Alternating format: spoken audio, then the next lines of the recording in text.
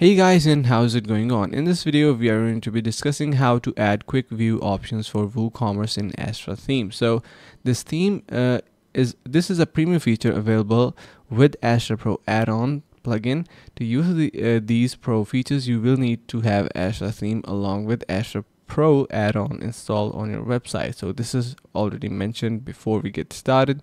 Now once you have your plugin and you have activated it, after activating the add-on, you can the setting could be found under appearance, customize, WooCommerce, and product catalog. So below are the available settings. So you can see we have on image click, after summary. So basically on image is a stripe appears on across the image on hover when you choose this option, and on image, unlike on image, no quick view strips appears on image hover. When you click on the image, for instance, light box opens with product's description. So after summary is the details of the product like title, price, short description, and so on. So yeah, so these are some options for this, and I really hope you found this video helpful. If you did so, make sure to comment down below what else you want to see upcoming next on the channel.